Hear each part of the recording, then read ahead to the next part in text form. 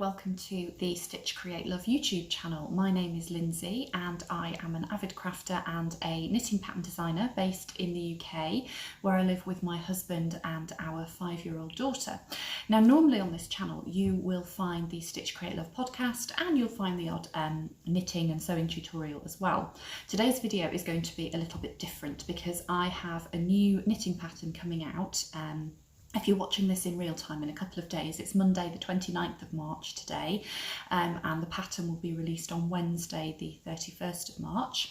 And one thing that I have learned in the relatively short space of time that I have been designing and releasing knitting patterns is that people often struggle to think about how to use different colours and different fibres within the patterns that they knit up. A lot of people struggle to see past the colours that the designer has used or that the sample or the test knitters have used when knitting up their versions of a project. So I thought that I would do a relatively short video in comparison with my normal ones today, just to give you some ideas about how you might want to use colour and different fibres in the shawl, and I'll explain a little bit more to you about the way that it is constructed and the way that the pattern is written out for you as well. I've got it on at the moment for you, so this is just one way that you can wear it, and I'll show you a couple of different ways. This is the Natural Beauty Shawl, and it has some fur cone lace at the bottom, and then the rest of it is really simple. It's just garter, stockinette, and there's some very simple eyelets in there as well. I will show you some other ways to wear the shawl, but it's really cosy and squishy with all the garter stitch. So what I will do is I will take the camera over so that you've got more of an overhead view of the shawl, and we'll start talking about how you can make it your own. Okay, so here is the shawl for you. Now, as I'm talking to you, I will put some pictures over the screen so that you can get a better idea of how it looks full size. It's a 3-skein shawl, so it's quite big, so it's going to be difficult for me to get it all on one screen for you. So the first thing to say is that it's knit from the bottom up, and the reason that I did this was because I am absolutely dreadful for starting a shawl at the top with, I don't know, 3-5 stitches, something like that, getting all the way down, doing all my beautiful increases, and then I get to the bottom and I have this lace section to do, and I just sort of put it off because there's a lot of stitches, the rows are very long, and I've done all this and I'm terrified of making mistakes down here. So I thought, well, if I cast this on first and get that over with whilst I'm still really enthusiastic about the project, and then it's done and I can just enjoy the rest of it. So it's bottom up. That does mean that you're casting on a lot of stitches, but in the pattern I suggest ways that you can use stitch markers to help you keep count as you're casting on. The lace itself is a fur cone lace and it's on a garter stitch background. If you put it on a stockinette or a stocking stitch background, you tend to get more of a sort of a silhouette around it for you to see, and I wanted it to be a little bit natural like this. So you cast on at the bottom, you get this lovely scalloped edge, which of course you can make more of and exaggerate with your blocking, and then we have this fur cone lace section at the bottom. Then we go into a bit of stockinette, garter, we have some eyelets, and that is basically all you're doing until you get to the top. And as you can see here in the last section, your decreases work up to a point right at the top. And this point at the top, you can do what you like with that in the blocking, really. You can block it out a little bit more straight like that, or you can block it up a little bit more pointed. I will pop a picture over on the screen so that you can see the shape that I decided to block mine into, but some of my testers have blocked it in a slightly different way, so that option is open to you. Now, my inspiration behind the design was nature, and of course it is called the Natural Beauty Shawl, and I have chosen colours that I think echo the colours of the forest. So this yarn is a skein from Mr. and Mrs. Rabbit Yarns, and it is in the colourway Misty Morning, and that's a sock yarn. I think it was 80/20, wool blend and nylon. This yarn here is a merino silk blend. It's 50-50 merino silk, and I will talk more about what you get from silk in a minute. And then the third yarn that I used is a back to blighter yarn, and it's called the Lady of Shalott, and that was a BFL nylon. So again, that was a sock yarn. Now you can see that the colour here that I use, which I'm calling colour A, and this colour here, which I'm calling colour C, are quite similar in some of the tones that they have. And I think the pink sort of draws everything together. And I think overall you get a really nice kind of natural nature-like palette from it. The other thing that I was going for with the pink was very much when you have a canopy of leaves in the forest and you see dappled sunlight kind of poking through, and that's where the eyelets came in, and that's why I decided to use the silk, because I'm hoping that you can see, I think you can, that you get a beautiful sheen from silk yarn. Now that's my sample, and that is the way that I have designed it. That was my inspiration, and that is the way that I've knit it up. But you do not have to do that. You can use whatever colours you want, because of course, although it is the shawl itself, the design is inspired by the beauty of nature, you can celebrate your own natural beauty with the shawl by using colours of your choice. I will pop a couple of pictures up on the screen of some of my test knitters' colour choices. Some of them may be finished, some of them may not quite be finished, because I wanted to get this video done in plenty of time for you. But you can do whatever you want with colour. Now, I've used 3 different skeins in this shawl, but if you wanted to use 2 skeins that are the same for colour A and colour C, then you can do that. And in fact, that's what one of my test knitters has done. There is absolutely nothing to stop you using 3 skeins that are exactly the same for the whole shawl. But what you will get there is you will get more of a kind of a delicate, subtle textural difference within the shawl, rather than getting the colour differences. You'll still get the textural difference between the garter and the stockinette and the eyelets, but the whole thing will just be a little bit more subtle and a little bit more gentle and a little bit more delicate. But you know, that's you can do that if you want to. You can be the boss of your knitting. You can decide how you want your shawl to look. If you are going to use different skeins, as in different colours for different parts of the shawl, remember this one here is A, this pinky one is B, and this one is C. What I would suggest is that you use a lighter colour for your colour B and any darker colours for your colour A and your colour C. Because then I think you're going to get the right effect. Look, the sun's come out there. You can see the beautiful sheen on the silky yarn. Because if you do that, you're going to, I think the whole thing is just going to gel a little bit better. And this section using yarn B, all of the yarn B sections are going to be more subtle, which is kind of how the design is intended to be, really, rather than you having, you know, great big splashes and pops of colour within those sections. However, if that is the look that you want to go for, then that is entirely up to you. You can do whatever you like. In terms of fibre, I've used 2 different sock yarns, so sock yarn here and sock yarn here.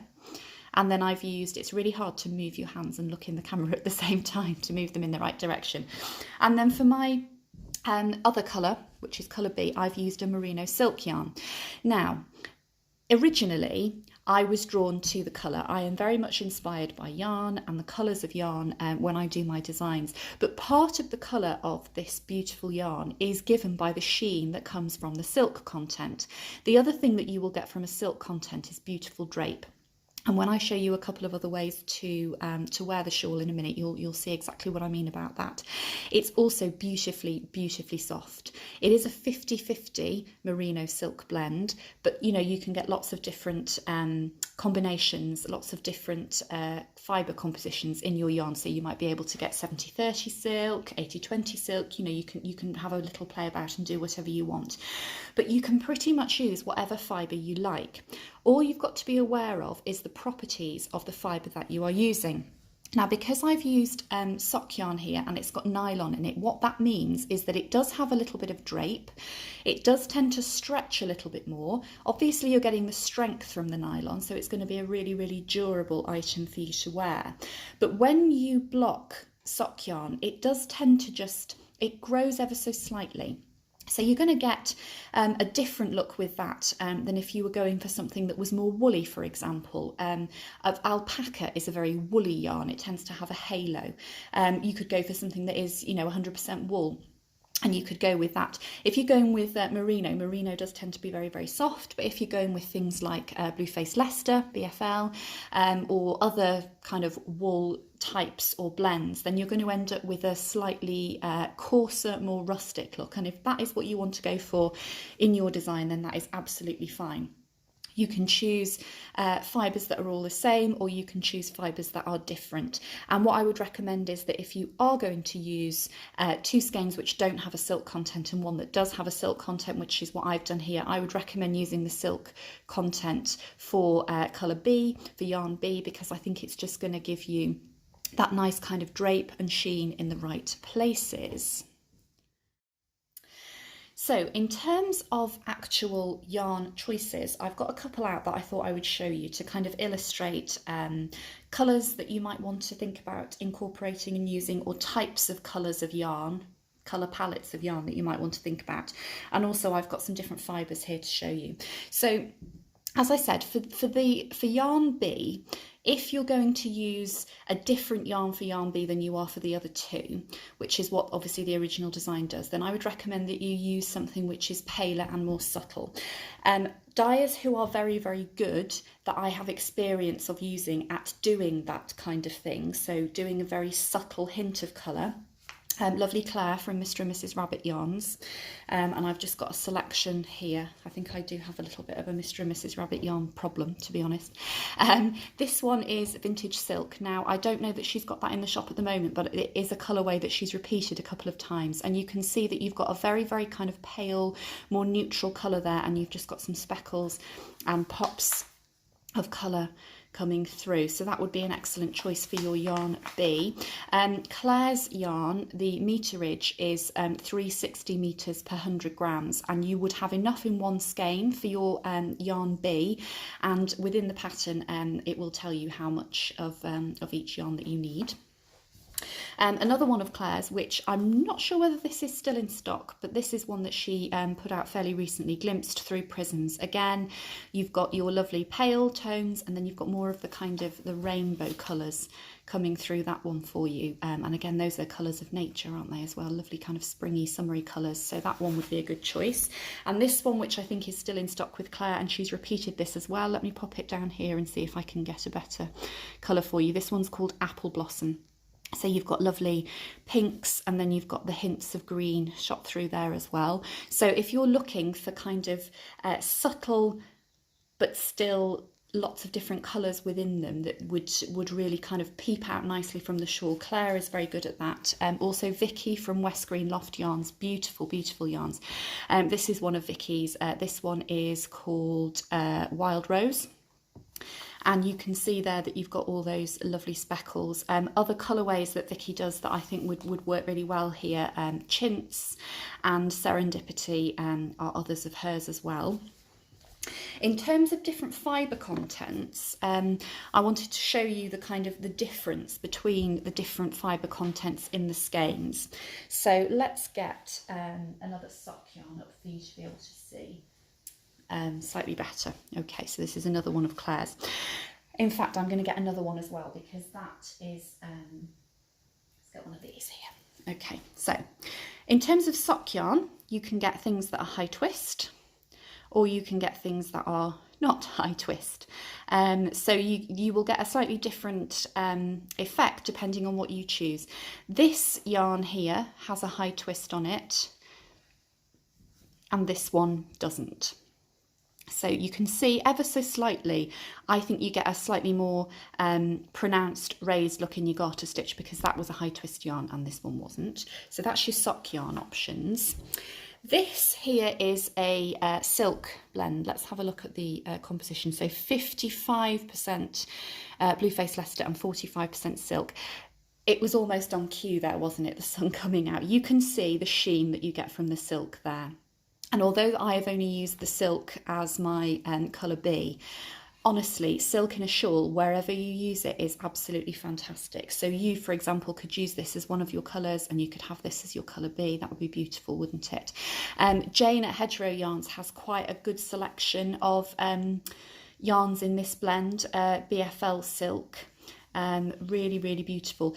She also sometimes does 150 gram skeins. This one is 150 gram skeins, so you get loads and loads of yarn for your money there. So that one's rose. So that's your silk content.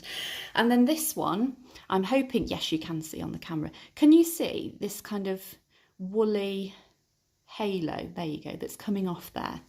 This is, let's have a look, merino alpaca nylon. So it is still a sock yarn. This is Burrow and Saw, and the colourway is All This and Warm. But even though it's only got, what was it, 20% alpaca within it, the alpaca is really, really woolly. So if you chose a yarn that had quite a high alpaca content, you'd get a much kind of fluffier, woollier look from it as well. Another option that you could explore is Merino Singles. So this is Priscilla 100% superwash Merino Singles, and it's pretty vacant, and it's by Beehive Yarns, Beth at Beehive Yarns. And this, let me just see if I can...